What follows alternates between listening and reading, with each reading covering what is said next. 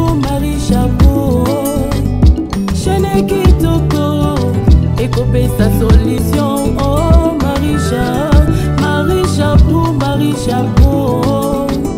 Chaîne Kitoko, écopé sa solution. Oh, Marie Chapeau. Naliba là-bas problème. Tala Marie Chapeau, okozua solution. Oh, Marie Chapeau. Nabaninga ba problème. Tala Marie Chapeau, okoluka kobondisa na baninga. Na mosala ba problème. Tala Marie Chapeau, okoluka ko créer nde misala.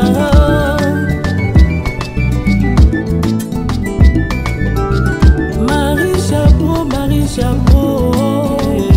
Chaîne Kitoko, chaîne à solution. Oh, Marie Chapeau, Marie Chapeau, Marie Chapeau. Chaîne Kitoko, chaîne à malonga. Oh, Marie Chapeau. Naliba là-bas problème.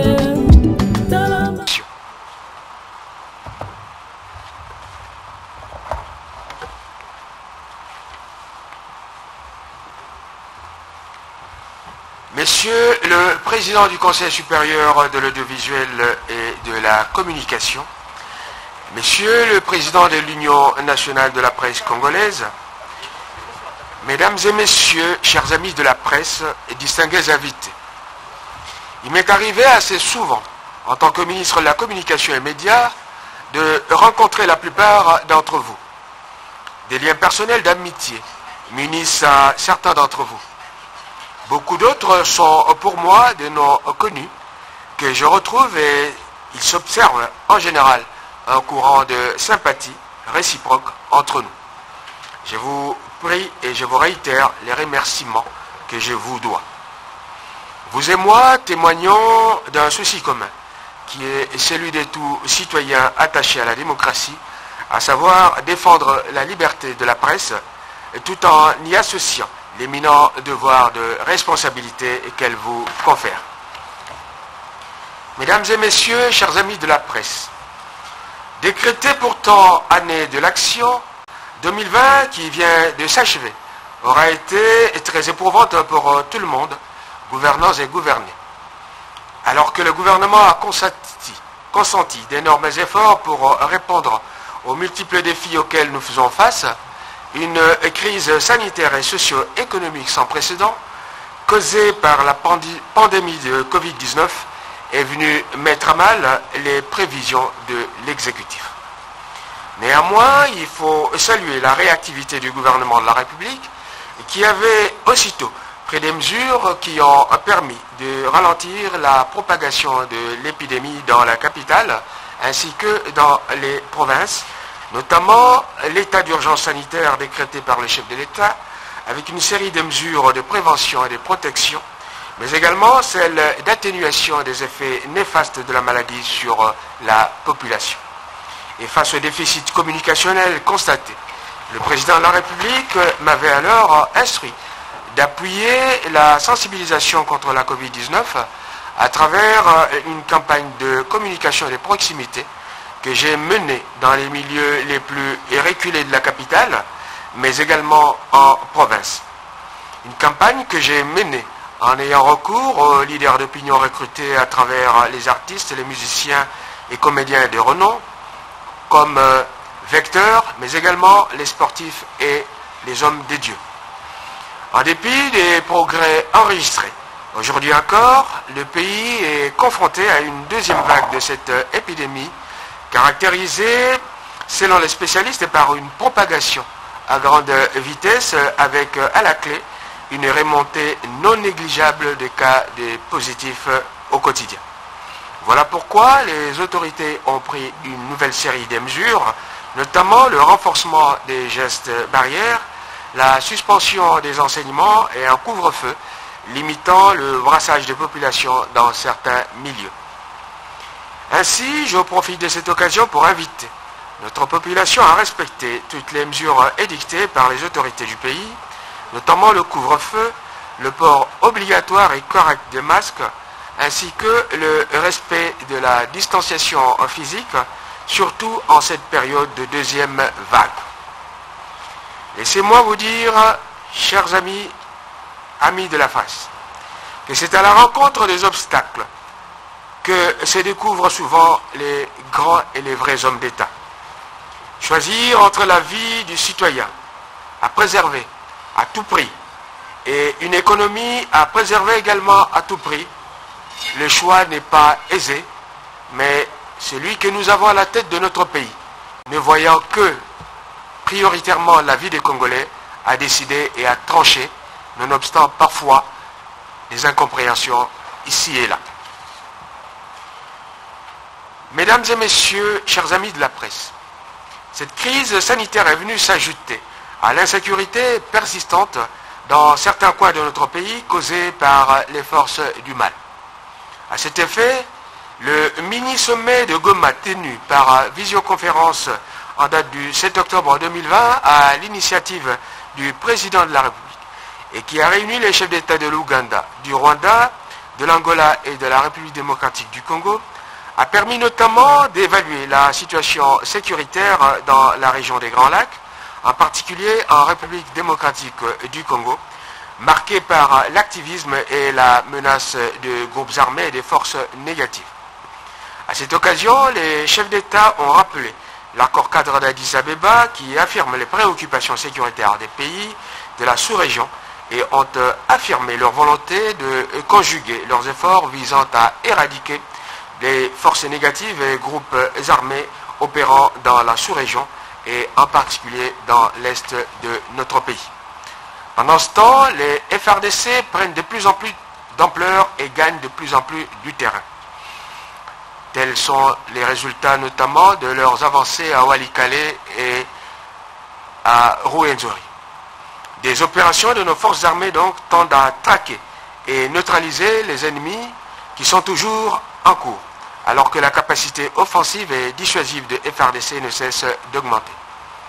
C'est ici l'occasion de saluer la bravoure de nos vaillants soldats. C'est également le lieu de souligner la reprise de la coopération militaire avec les États-Unis d'Amérique, matérialisée par la signature d'un mémorandum d'entente et l'inauguration de l'école de guerre, fruit de la coopération avec la France, grâce au leadership du président de la République, Félix-Antoine Tshisekedi Tshilombo. Sur le plan de la coopération internationale justement, il convient de souligner les efforts inlassables fournis par le président de la République et l'exécutif. À ce sujet, on notera que la République démocratique du Congo, qui ne figurait plus sur la liste des pays africains éligibles à un statut de partenaire commercial privilégié avec les États-Unis, parce qu'elle n'effectuait pas des progrès nécessaires pour répondre aux critères de l'AGOA, y est à nouveau admise. Cela traduit bien un satisfecit à la politique du président de la République en matière de bonne gouvernance, de lutte contre la corruption, de respect des droits humains et de l'assainissement du climat des affaires. Et comment ne pas rappeler que, toujours sous le leadership du président de la République démocratique du Congo est en train véritablement de reprendre sa place dans le concert des nations. En effet, depuis le 9 février 2020, à marge de l'ouverture des travaux de la 33e session de l'Assemblée générale de l'Union africaine, le président de la République, Félix-Antoine Tshisekedi, a été élu premier vice-président pour 2020 et président de cette organisation régionale en 2021. Dans quelques jours donc, c'est le Congo qui fera briller l'Afrique à travers le mandat du président de la République, placé sous le thème d'une Afrique au service des peuples africains, à travers, entre autres, des piliers comme soutenir une Afrique en paix durable et en sécurité renforcée, une Afrique désireuse de renforcer la bonne gouvernance, développer une Afrique performante par le développement de son capital humain, notamment la jeunesse, la science, la technologie, l'innovation scientifique, une Afrique championne de la sécurité sanitaire et de la gouvernance vaccinale. Mesdames et messieurs, chers amis de la presse, l'un des succès les plus retentissants du programme du gouvernement est bien entendu la gratuité de l'enseignement de base. Hier encore un rêve, aujourd'hui nous vivons tous cette réalité grâce à la détermination d'un homme qui y a cru, mettant ainsi en évidence son credo connu de tous, à savoir le peuple d'abord. Oui, grâce à ce programme, c'est l'égalité des chances qui est offerte aux enfants qui avaient perdu tout espoir d'être scolarisés, particulièrement ceux des milieux les plus modestes. Et pour ceux qui aiment les chiffres, je voudrais rappeler que c'est plus de 4 millions d'enfants supplémentaires que ce programme a permis de récupérer, au-delà du pouvoir d'achat qui a été offert aux parents qui autrefois avaient des charges énormes en matière d'éducation. Aussi, au-delà de l'enseignement de base, il faut noter qu'au niveau du secondaire, les meilleurs bacheliers du pays sont souvent récompensés à travers des bourses d'études, appuyées par le gouvernement et ses partenaires, de même que certaines fondations ou organisations non gouvernementales, à l'instar de la fondation FDNT.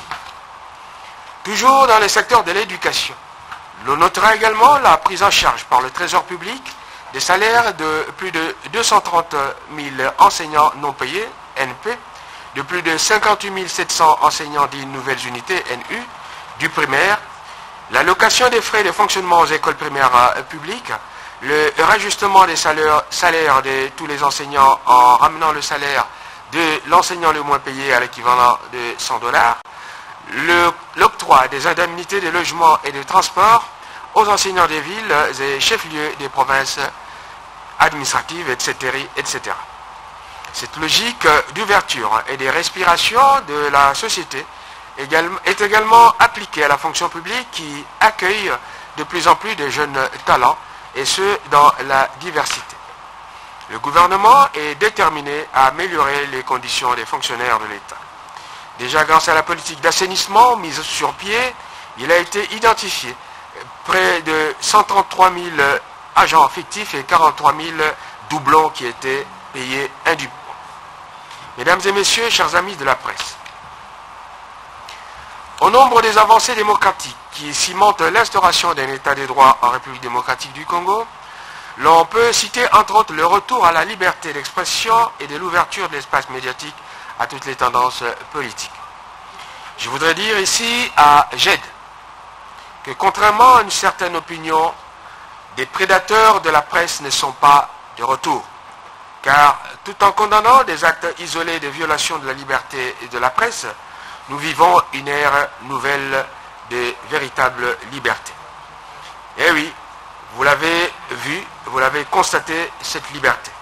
Mais cette dernière doit toujours être associée à la responsabilité, pensons-nous. Je vous invite donc à ne pas vous satisfaire du probable. Vous devez rechercher le vrai. Votre corporation devrait s'astreindre à servir les faits et à ne pas leur substituer des opinions personnelles dictées parfois par des officines politiques.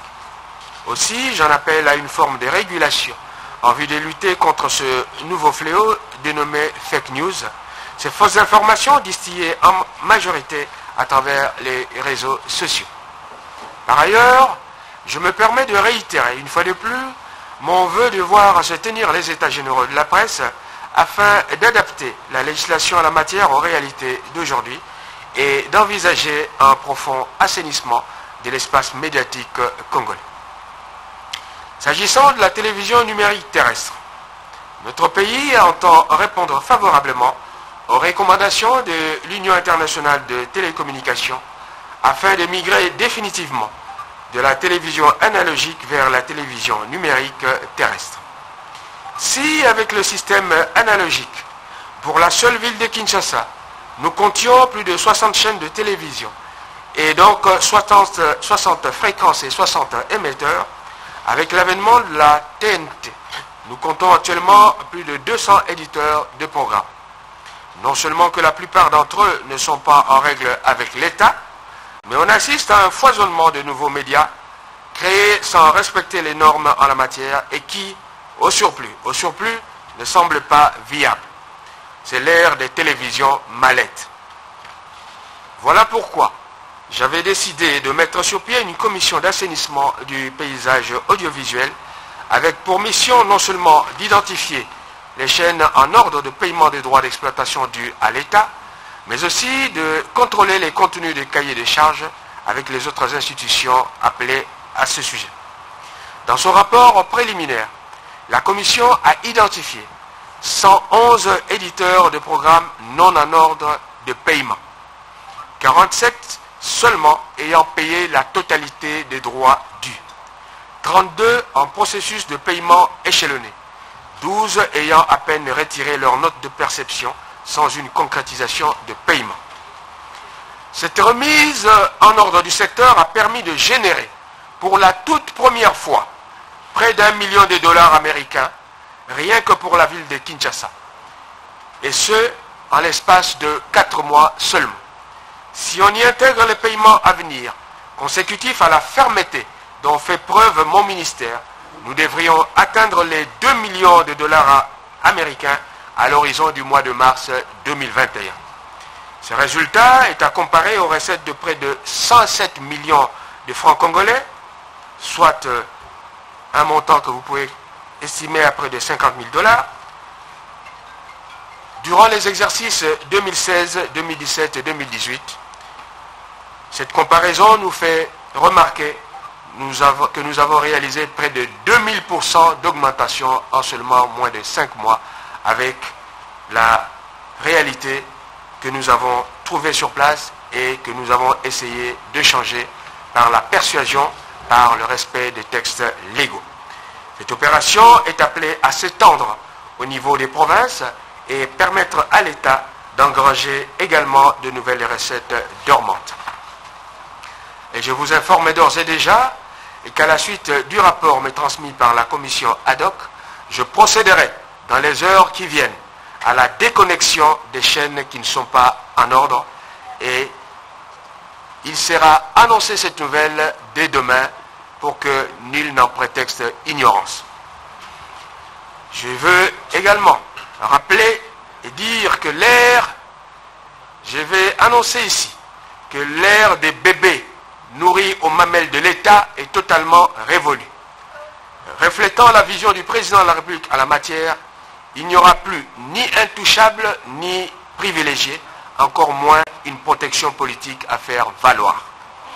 Mesdames et messieurs, chers amis de la presse, nous sommes à un moment très particulier de l'histoire de notre pays. Nous sommes à l'heure de grandes manœuvres politiques qui vous invitent plus que jamais auparavant à cette responsabilité et qui doit vous caractériser dans vos publications et productions. En tant que rouage essentiel de notre démocratie, vous avez un rôle si décisif, si capital, que j'aurais mauvaise grâce à insister. Vous ne pouvez pas ne pas être pénétré de vos obligations, surtout maintenant, tant elles pèsent lourd sur l'avenir de notre société. En effet, face à l'émergence des difficultés de tous ordres au sein de la coalition FCC-Cash, rendant ainsi aléatoire la concrétisation du changement tant réclamé par notre peuple, ayant constaté la rupture d'harmonie au sein de cette coalition, en ce que cette dernière ne pouvait plus servir de catalyseur pour que l'action du gouvernement puisse mieux rencontrer les aspirations de la population, ce que les Quinois ont qualifié de bacal. Le président de la République, en sa qualité de garant des institutions, en a appelé à l'union sacrée des forces vives de la nation autour des principes, des valeurs et des actions dédiées au service de la population. J'invite donc toutes les bonnes volontés à accompagner cette vision du chef de l'État qui ne vise que le bien-être de nos populations. Certes, cette initiative n'est pas une panacée de nature à tout résoudre, loin s'en faut. Elle a au moins le mérite d'une concordance d'approche entre la vision du chef de l'État et sa mise en œuvre par l'exécutif. Encore tous mes voeux à chacun et à chacun d'entre vous, pour vous-même, pour vos médias et pour vos familles respectives. Je sais que la question devait m'être posée, mais je réserve ma réponse certainement pour la suite du débat. Je sais que vous êtes attentifs à la situation RASCOM, ou plutôt à la migration vers le satellite RASCOM qui a connu quelques petits problèmes. J'en parlerai certainement tout à l'heure. Et de tout cœur, je vous souhaite en tout cas une très bonne année et je vous remercie.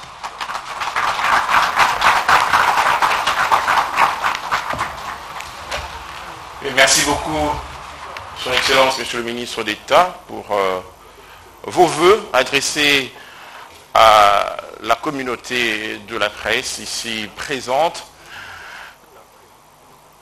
Je crois que nous allons passer directement au débat. Certainement qu'il y a beaucoup de questions dans la salle en rapport avec le discours prononcé par Monsieur le ministre, mais également en rapport avec l'actualité. Et donc, le débat est ouvert. Nous allons commencer par prendre une première série. Je vais noter Monsieur Kileba, que j'invite à passer ici devant pour devoir poser sa question. Il sera suivi de Monsieur Joël Cadet. Monsieur Kileba, président élu de la NECO, l'Association nationale des éditeurs. Si vous pouvez passer devant pour poser votre question, s'il vous plaît.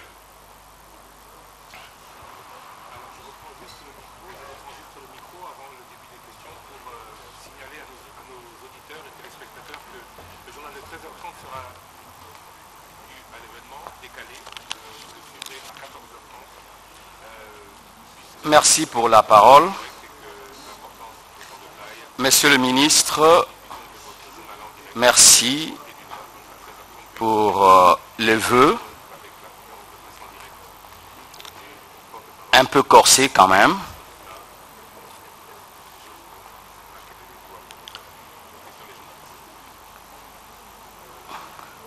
Nous avons noté, monsieur le ministre, que pour ces vœux, nous avons eu droit à un bref rappel de ce qui s'est passé dans le pays. Mais nous avons également noté que de tout ce qui s'est passé et de toutes les solutions qui ont été proposées par le gouvernement, malheureusement, aucune ne concerne la presse, ne concerne les médias. Qu'il s'agisse du Covid-19, dont les médias se sont fait les plus grands sensibilisateurs, nous n'avons vu à travers le programme du gouvernement aucun programme qui a été consacré à l'atténuation de ces effets du Covid-19 dans les secteurs des médias. Et nous avons aussi suivi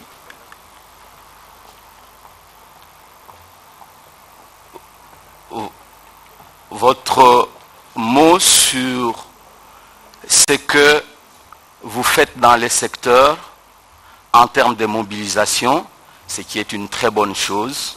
Seulement, nous n'avons entendu aucun mot sur les responsabilités que les pouvoirs publics ont vis-à-vis des médias. Nous voulons bien ne pas nous soustraire à nos obligations légales de payer taxes, impôts et autres, mais nous voulons aussi entendre de vous que les responsabilités qui sont celles de l'État, en ce qui concerne les obligations en termes de facilité, subvention, existent, mais nous n'avons rien entendu. Pouvons-nous considérer, monsieur le ministre, que 2021 s'abattra sur nous, déjà comme ce sera fait dans quelques jours par la déconnexion de quelques médias, parce qu'ils n'ont pas payé, et donc cette année s'abattra sur nous comme celle qui s'est terminée, et que nous ne bénéficierons de rien de ce qui est légal, et que nous allons continuer à faire notre travail, et l'État continuera à ne rien faire pour les médias congolais. Je vous remercie, monsieur le ministre. Merci beaucoup, monsieur Cyril Kileba, pour vos questions, notamment en rapport avec la contribution des médias et puis la mobilisation des recettes. Nous allons prendre Joël Cadet Ndanga. J'espère qu'il sera plus bref que d'habitude. Soyez-en sûr, cher Patrick, que je serai très bref, tout en réitérant le vœu à son Excellence, Monsieur le Ministre. J'aurais dit que mon président Kileba m'avait coupé de l'herbe sous le pied en posant sa question. Parce que dans le vœu du ministre, mon aîné qui est à côté de moi, Marcel, éditeur du journal La Prospérité, m'a soufflé quelque chose à l'oreille. Sont-ce des menaces ou des vœux? Alors, c'est là où je rejoins l'éditeur Kileba, avant de poser ma question, pour dire, dans notre pays, c'est comme si les journalistes, nous n'avons que des obligations et nous n'avons rien à recevoir de notre État. Et pourtant, la loi à laquelle on fait référence pour nous arrêter, celle de 1992, nous pouvons la traiter de liberticide. 96, merci. Nous pouvons la traiter de liberticide, mais elle laisse quand même quelques brèches pour que l'État ouvre les facilités, la réduction. Je pars à Lubumbashi pour chercher l'information, je paie l'hôtel au même prix qu'un opérateur économique. Nous voudrions quand même que ce gouvernement qui se veut du changement puisse activer aussi des mécanismes pour que nous ne sentions pas uniquement redevables, mais qu'on sente aussi que l'État fait quelque chose pour la presse. Nous sommes les derniers, même en termes de facilité pour la circulation. Marie Chapeau, Chene Kitoko, Ekopé sa solution, oh Marie Chapeau, Chene Kitoko, Ekopé sa solution, oh Marie Chapeau, Naliba la ba problème, Tala Marie Chapeau, Okozua solution, oh Marie Chapeau, Nabaninga ba problème, Tala Marie Chapeau, Okoluka kobondisa na baninga. Namozala ba problème, Tala Marie Chapeau, Okoluka ko créer des misala.